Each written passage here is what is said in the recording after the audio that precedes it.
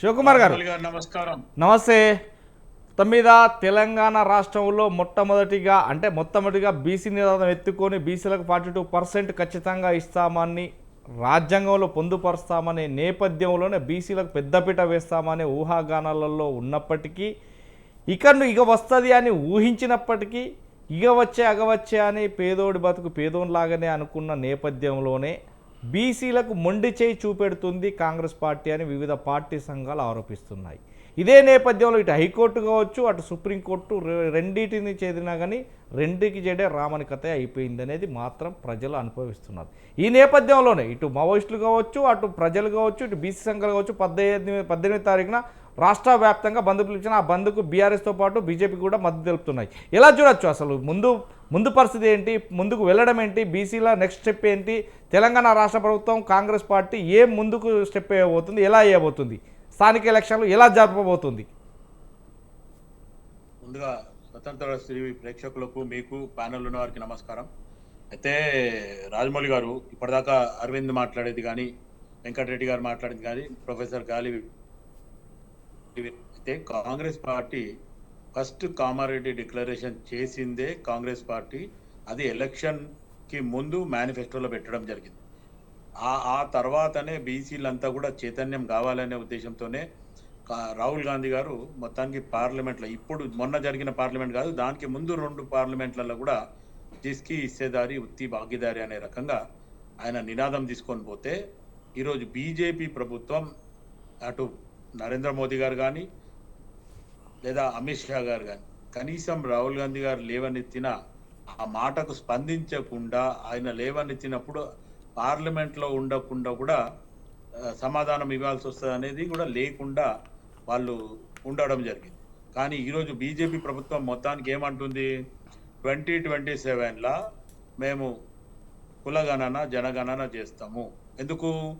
ఒకవేళ కాంగ్రెస్ పార్టీయే BC 42% reservation ఇచ్చింది అనే రకంగా ఆలోచిస్తే మాకు అస్సలకే ఎసరు పడుతుంది అనేది బీజేపీ ప్రభుత్వం పసిగట్టే ఈరోజు 2027లా కులగణన జనగణన చేస్తామని చెప్పి వాళ్ళు మాట్లాడడం సెంట్రల్లో జరిగింది. కానీ కాంగ్రెస్ పార్టీ ఎప్పుడైతే అధికారంలోకి వచ్చిందో దాని తర్వాత లేట్ అయిండొచ్చు, కాదంటలేదు నేను, కానీ బిల్ పెట్టడం జరిగింది. ఆల్ పార్టీస్ని ఏదైతే అసెంబ్లీలో బిల్ పాస్ చేపించడం జరిగింది, ఇమీడియట్గా గవర్నర్కి పంపించడం జరిగింది. కానీ అంత లోపల హైకోర్టు ఒక డిసిషన్ తీసుకొని సెప్టెంబర్ 30 లోపల మీరు లోకల్ బాడీ ఎలక్షన్స్ జరపాలనే రకంగా ఒక డెడ్ లైన్ డేట్ ఇచ్చింది. కాబట్టే ఆ తర్వాత గవర్నర్ దగ్గర ఉన్న బిల్లు ఇంకా ఆమోదం పడలేదు అనే రకంగా ఆర్డినెన్స్ తీసుకురావడం జరిగింది. ఆర్డినెన్స్ తీసుకొని వచ్చిన తర్వాత కూడా అక్కడ సస్యంరా అని చెప్పి బీజేపీ ప్రభుత్వం అటు రాష్ట్రపతి కానీ ఇటు గవర్నర్ కానీ నోరు మెదపడం లేదు అనే ఒక ఆలోచన కాంగ్రెస్ పార్టీ ఒక రకంగా ఏం చేసింది, ఇమీడియట్ గా చలో ఢిల్లీ అనే రకంగా పార్లమెంట్ లో ఈ అఖిల పక్షాన్ని పిలిస్తే ఎవరు కూడా రాలేదు. ఇప్పుడు అరవింద్ అఖిల పక్షం పిలవలేదు, శివన్న గారు రాజ్యసభ మెంబర్ పిలవలేదు, శివన్న మాట్లాడుతుండ్రు. శివన్న ఒక్క మాట ఇవాళ మాట్లాడు అంటే నేను ఎందుకు ఈ మాట మాట్లాడుతున్నా అంటే ఈ లఘు చర్చ గొప్పగా జనాలకు పోతా ఉన్నది. తప్పకుండా కాకుంటే ఒక్క మాట మాట్లాడతా అంతే.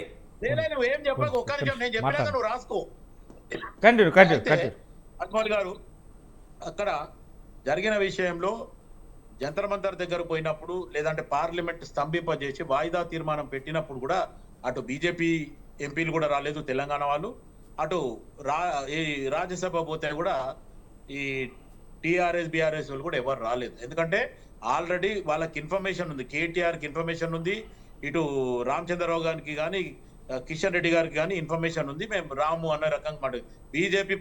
బీజేపీ ఎంపీలు మటుకు డైరెక్ట్ గా మేము సపోర్ట్ చేయము, కాకపోతే తెలంగాణలో బిల్లు పెట్టినప్పుడు మటుకు అసెంబ్లీలో సపోర్ట్ చేసిండ్రు, అదే గల్లీలోనేమో సపోర్ట్ చేసిండ్రు, ఢిల్లీలో మేము సపోర్ట్ చేయమనే రకంగా వాళ్ళు దూరం ఉన్నారు, తప్పించుకున్నారు. కాకపోతే దాని తర్వాత జంతర్ మంతర్ దగ్గర మీటింగ్ ఆలోచిస్తే ఇక్కడ నుంచి కాంగ్రెస్ పార్టీ మిషనరీ, లేకపోతే ముఖ్యమంత్రి మంత్రివర్గం, అటు బీసీ ఆర్గనైజేషన్లు, లేకపోతే బీసీ కుల సంఘాలు కాంగ్రెస్ పార్టీతో వచ్చిండ్రు. అక్కడ ఇండియా కూటమికి అని కూడా రావడం జరిగింది.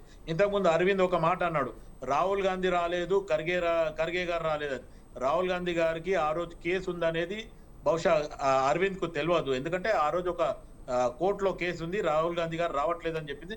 ఖర్గే గారు వస్తున్నారు అనే రకంగా లాస్ట్ మూమెంట్ వరకు కూడా చెప్పిండ్రు. దాని తర్వాత ఆయన ఏదో ఆరోగ్యపరంగా అనేదో ఏమో చెప్పి ఖర్గే గారు కూడా మా ఆల్ ఇండియా కాంగ్రెస్ కమిటీ అధ్యక్షులు కూడా రాలేదు. నేను ఒప్పుకుంటా దానికి. కానీ మీ ఆ జంతర్ మంతర్ దగ్గర మటుకు హైదరాబాద్కి పోయినాక తెలంగాణకి పోయిన జనాల మటుకు మొత్తం తెలంగాణ దమ్మేంది దద్దరిల్లిపించిండ్రు జంతర్ మంతర్ దగ్గర. దాని తర్వాత రాష్ట్రపతి గారిని కలుస్తా అంటే అక్కడ కూడా అవకాశం ఇవ్వలేదు. దాని తర్వాత మామూలుగా ఆ స్పీచ్లలో వాళ్ళు మాట్లాడడము, దాని తర్వాత రావడము. ఇక్కడ హైకోర్టు దగ్గర మళ్ళీ మన కేసు ఉంది, ఆ డేట్ ఇచ్చిండ్రు కదా, ఆ డేట్ లో మనం మాట్లాడదామని పోతే అక్కడ ఫస్ట్ డే బాగానే ఉంది. రెండో రోజు వచ్చే వరకు 4 వారాలు వీళ్ళకి 2 వారాలు ఆరికి, అంటే 1.5 month పెండింగ్ పెట్టింది అనేది మనం అందరికీ కూడా తెలిసిన విషయం. తర్వాత కాంగ్రెస్ పార్టీ ఏం చేసింది, ఇది కాదు అనే రకంగా మళ్ళీ సుప్రీం కోర్టుకు మళ్ళీ ఒకసారి పోవడం జరిగింది. సుప్రీం కోర్టుకి పోతే సుప్రీం కోర్టు ఇప్పుడు నిన్ననో ఇవాళ వచ్చిన ఇదేంటంటే హైకోర్టు ఏదైతే డైరెక్షన్ ఇస్తుందో దాని మీద మీరు పాటించారు. కానీ కాంగ్రెస్ పార్టీ మొదలే చెప్పింది బీజేపీ ప్రభుత్వము ఖచ్చితంగా ఏదైతే బిల్ పాస్ చేయదు. మేము కాంగ్రెస్ పార్టీ పరంగా 42% మటుకు మేము పార్టీ పరంగా అయినా ఖచ్చితంగా మేము ఇస్తాము అనేది గతంలోనే ఈ బీసీ నినాదం ఎత్తినప్పుడే కాంగ్రెస్ పార్టీ చెప్పడం జరిగింది. శివన్న ఒక్క మాట ప్లీజ్ అన్న శివన్న నువ్వు ఈ రకంగా అబద్ధాలు చెప్తే ఎట్లయితుంది అన్న? ఒక మాట, పార్టీ పరంగా ఏ రకంగా ఇవ్వగలుగుతారన్న? పార్టీ పరంగా ఇస్తే మీ పార్టీ వరకే ఇచ్చుకుంటూ కావచ్చు, కానీ రిజర్వేషన్లు అనేది ఇవాళ ఎంపీటీసీ ఒకలాగా వస్తుంది, జెడ్పీటీసీ ఒకలాగా వస్తుంది, సర్పంచ్ రిజర్వేషన్లు ఉంటాయన్న. పార్టీ పరంగా ఎట్లా ఇస్తావు? గజ్జెప్పమంటే మీరు ఎందుకు గిట్లా మాట్లాడుతూ ఉన్నారు? పచ్చి అబద్ధాలను ఎందుకు ప్రచారం చేస్తూ ఉన్నారు అన్న? తెలంగాణలో కాంగ్రెస్ పార్టీ అధికారం ఎట్లా పార్టీ పరంగా ఎట్లా ఇవ్వగలుగుతారో చెప్పగలగాలి మీరు. ఒక్క నిమిషం ఆగుబాయి, నువ్వు ముఖ్యమంత్రికి మంత్రులకి ఆ విచక్షణ ఉంది, వాళ్ళు ఏం చేస్తారు. ప్రొఫెసర్ గాలి వినోద్ గారు కూడా ఒక మాట చెప్పడం జరిగింది, ఏమని, ఒకవేళ 10% ఈడీఎస్ కు చేయడానికి స్పెషల్ జీవో గానీ స్పెషల్ చట్టం చేయడానికి అవకాశం దొరికింది, ఈ 42%కి ఎందుకు తేలేదు అనే రకంగా ఈ రోజు ప్రొఫెసర్ గాలి వినోద్ గారు కూడా చెప్పడం జరిగింది ఒక అనలిస్ట్ గా. ఎందుకంటే మేము పదే కాంగ్రెస్ పార్టీ చెప్తున్నాం, బీజేపీ ప్రభుత్వం ఈడబ్ల్యూఎస్ కోటాకి 10% ఒక స్పెషల్ ఆర్డినెన్స్ తీసుకొచ్చి చేయడం జరిగింది. ఈ 42% కు చేస్తే తప్పేంటి? బీజేపీ సెంట్రల్ గవర్నమెంట్ ఏమంటుంది, తెలంగాణలో మా ప్రభుత్వం వస్తే ఒక బీసీని ముఖ్యమంత్రిని చేస్తా అని చెప్తుంది. ఒక బీసీని ఒక పార్టీ ప్రెసిడెంట్ చేయడానికి తర్జన భర్జన పడి ఒక 2 సంవత్సరాలు దగ్గర సంవత్సరంన్నర ఆపి చేసి ఈరోజు రామచంద్రరావు గారిని ఓసీని ఇవ్వడం జరిగింది. అంటే అర్థమైంది, బీజేపీ ప్రభుత్వం చెప్పడం ఒకటి, చేసేయడం ఒకటి. ఈరోజు ప్రధానమంత్రి నరేంద్ర మోదీ గారే ఓసీ, ఆయన కులాన్ని బీసీలో తీసుకుపోయినందుకు నేను బీసీ ప్రధానమంత్రి అని చెప్పి నరేంద్ర మోదీ గారు చెప్తున్నారు. ఇది జరుగుతున్న బీజేపీ తంతు. రైట్. ఏదైతే మొత్తం మీద శివకుమార్ గారు ఈ ప్రజా సంఘాలు కావచ్చు, వేదావులు కావచ్చు, నాయకులు కావచ్చు, విద్యార్థులు కావచ్చు, మొత్తం మీద విద్యావేత్తలు కావచ్చు, ఈ రకంగానే మొత్తం మీద ఇదే రాజకీయవేత్తలు కావచ్చు, వీరందరూ కలిసి బీసీలు ఉమ్మడిగా పోరాడాలి ఖచ్చితంగా అంటూ మావోయిస్టు అధికార ప్రతినిధి జగన్ కూడా లేఖ స్పందించడం జరిగింది. దాంట్లో ఈ సమస్య పరిష్కారానికి తెలంగాణ రాష్ట్ర ప్రభుత్వం అండ్ ప్రజాప్రతినిధులు కలిసి కేంద్రాన్ని వ్యతిరేకంగా న్యాయపరంగా కావచ్చు, అదేవిధంగా చట్టం తెచ్చేందుకు పోరాడాల్సి ఉంటుంది. పార్లమెంట్లో చట్టం ద్వారా మాత్రం ఈ సమస్య పరిష్కారం అవుతుంది. ప్రధానంగా కాబట్టి ప్రధానంగా మీరందరూ కూడా కదా, అంటే సంఘాలు, విద్యార్థులు సంఘాలు, పార్టీలు అన్నీ కలిసి ఏకతాటిపైకి వచ్చి కేంద్ర ప్రభుత్వం మెడల్ వంచైనా కానీ చట్టాన్ని చేయాల్సిన పద్ధతి ఏర్పడ్డది అనేది తెలంగాణ గవర్నమెంట్కు వాస్తవానికి ఒక మావోయిస్టులు లేఖ స్పందించారు, అంటే వ్యతిరేకంగానే రాస్తారు.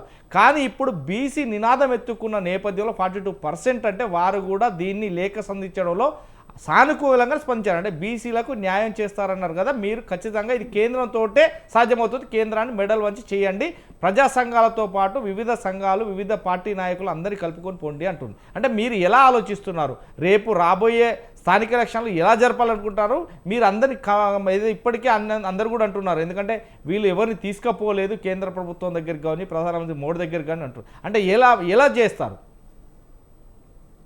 కాంగ్రెస్ పార్టీ ఏదైతే అసెంబ్లీలో బిల్లు పెట్టినప్పుడు అందరిని అఖిలపక్షం ఎట్లయితే పిలిచిండ్రో ముఖ్యమంత్రి రేవంత్ రెడ్డి గారు ప్రతిసారి చెప్పడం జరిగింది, అఖిలపక్షం రండి, మీ సూచన సలహాలు ఇవ్వండి, లేదు కాదు ఒకవేళ నాతోని మాట్లాడడానికి మీకేమైనా భేషజాలం ఉంటే మా సిఎస్ గారితోనన్నా మీ అడ్వైజ్ ఇచ్చి పొండి అనే రకంగా రేవంత్ రెడ్డి గారు ఓపెన్ గా చెప్పడం జరిగింది. ఇప్పుడు ఈ రోజు మావోయిస్టు పరంగా ఆలోచిస్తే ఈ బీజేపీ ప్రభుత్వం కొత్త నినాదం తీసుకొచ్చింది, అర్బన్ నక్సలైట్లు లేకపోతే రూరల్ నక్సలైట్లు అనేది విభజించి పాలించు అనే రకంగా చేయడము, ఈ రోజు వెంటాడి ఒక మృగాన్ని చంపినట్టు మనుషులను చంపడము, భయభ్రాంతులు చేయడం, ఇది ఇప్పటి వరకు ఏ ప్రభుత్వం కూడా ఇట్లా చేసింది లేదు మొత్తం దేశం మీద కూడా ఆలోచిస్తే.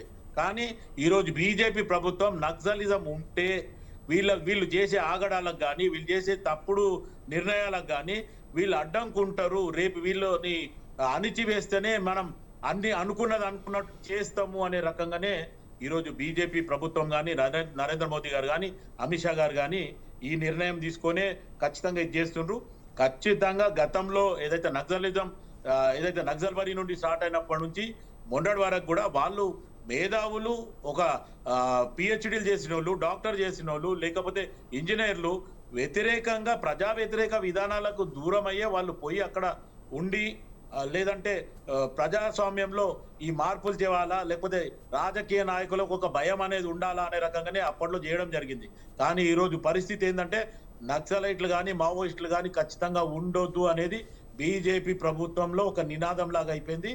వాళ్ళని తెలంగాణ ప్రభుత్వం కానీ మిగతా ప్రభుత్వాలు కూడా మీరు వాళ్ళని వెంటాడి చంపొద్దు అనే రకంగా కూడా అందరు విజ్ఞప్తి చేయడం, లేదంటే వాళ్ళు మేము చర్చలకు వస్తామని చెప్తుంటే కూడా ఆ మాట వినకుండా భయభ్రాంతులు చేస్తున్నారు. అంటే బీజేపీ ప్రభుత్వంకి మావోయిస్టుల నుంచి కానీ లేకపోతే నక్సలిజంతో కానీ భయం అనేది ఒకటి ఉంది కాబట్టి వాళ్ళు చేసిన తప్పుడు వీళ్ళంతా రేపు ఇబ్బందికరంగా ఉంటది అనే రకంగానే వాళ్ళు ఆలోచిస్తున్నారు. ఖచ్చితంగా రేపు రాబోయే రోజులు ఎందుకంటే 11 సంవత్సరాలు అయిపోయింది, 12వ సంవత్సరాల నుంచి బీజేపీ ప్రభుత్వం ఉంది. వాళ్ళ చెప్పిన వాగ్దానాలు కూడా ఏవి కూడా సరి చేయలేదు. ఈరోజు తెలంగాణకి ఇవ్వాల్సిన ఏదైతే విభజన హామీ చట్టం కింద కూడా ఇప్పటి వరకు ఇవ్వలేదు. ఒక రకంగా బీహార్కి కానీ ఆంధ్రప్రదేశ్కి కానీ ఎక్కువ ఇవ్వడం జరుగుతుంది. ఎందుకంటే ఈ రెండు ప్రభుత్వాలు, బీహార్ ప్రభుత్వం కానీ ఆంధ్రప్రదేశ్ ప్రభుత్వం కానీ వీళ్ళకి సపోర్ట్ పక్కన తీస్తే వీళ్ళ టెంట్ పడిపోతుంది, అనే రకంగానే వాళ్ళకి ఎక్కువ ఇవ్వడం జరుగుతుంది. అందుకు దానికి కూడా మనం మాట్లాడడం జరిగింది. ఇటు మన దగ్గర ఖమ్మం దగ్గర కానీ అక్కడ ఏదైతే వర్ష బీభత్సం వచ్చినప్పుడు కేంద్ర వ్యవసాయ శాఖ మంత్రిని స్వయాన ముఖ్యమంత్రి గారు కానీ మంత్రులు గారు తీసుకుపోయి చూపిస్తే మనకిచ్చినది ఏంది, వాళ్ళకి ఇచ్చినది ఏంది. బీజేపీ ప్రభుత్వం ద్వంద్వ వైఖరి ప్రదర్శిస్తుంది, సౌతి తల్లి ప్రేమను ఏదైతే శివకుమార్ గారు ఇందాక మీరు అన్నట్టు 42% ఏ విధంగా ఏ రకంగా ఏ ప్రాతిపదికన మీ పార్టీ 42% బీసీలకు ఇవ్వబోతుంది, తెలంగాణలో స్థానిక ఎలక్షన్లు జరుగుతాయా లేవా? ఇప్పుడు ఈ రోజు మంత్రివర్గం ఒక నిర్ణయం తీసుకుంటుంది రాజమౌళి గారు. దాని తర్వాత వాళ్ళు ఏం అనౌన్స్ చేస్తారో అది దాని తర్వాత మనం రేపు కానీ ఎల్లుండి కానీ మనం చర్చలు మాట్లాడదాం. ముఖ్యమంత్రి గారు అయితే స్వయాన ఓపెన్ గా కూడా చెప్పడం జరిగింది, 42% ఖచ్చితంగా బీసీలకు ఇచ్చే ముందుకు పోతాం. రేపు ఇప్పుడు కాంగ్రెస్ పార్టీ అధికారంలోకి ఉంది కాబట్టి ఈరోజు ఈ బీఆర్ఎస్ దగ్గరికి పోవడము, బీజేపీ దగ్గరికి పోవడము, బీసీ సంఘాలు పోతే ఈరోజు బీఆర్ఎస్ దగ్గరికి పోతే మొన్నటిదాకా మాట్లాడిన షాడో ముఖ్యమంత్రి అనుకున్న కేటీఆర్ మాట్లాడకుండా ఈరోజు తలసాని శ్రీనివాస్ యాదవ్ గారిని ముంగట పెట్టి ఆయన తుపాకీ మీద, ఆయన భుజం మీద తుపాకీ పెట్టి కొడుతుండు. కేటీఆర్ కు దమ్ము లేదా మాట్లాడనికే? బీసీ 42% గురించి మాట్లాడతా అనేది ఇది లేదా? ఈ రోజు శ్రీనివాస్ యాదవ్ గారిని మా సనత్ నగర్ నియోజకవర్గం ఎమ్మెల్యే మాజీ మంత్రి గారితో మాట్లాడిపోయడం ఎందుకు? కేటీఆర్ కి దమ్ము లేదా, ఆలోచన లేదా? ఈ రోజు ఆయన భుజం మీద పెట్టి తుపాకీ ఎందుకు కాలుస్తుడు అనేది ఒకసారి నా ప్రశ్న కేటీఆర్ కి. ఎందుకంటే కేటీఆర్ మాట్లాడేది నేను పెద్ద తోపని, గతంలో నేను అన్ని ఒక ముఖ్యమంత్రి పదవి నేనే వాడుతున్నా, అన్ని శాఖలకు నేనే రివ్యూ చేస్తా అనుకున్న కేటీఆర్ కి ఈరోజు బీసీ నినాదం వచ్చినప్పుడు ఎందుకు తలసాని శ్రీనివాస్ యాదవ్ గారితో మాట్లాడిపించిండు అనేది నా సూటి ప్రశ్న. రైట్.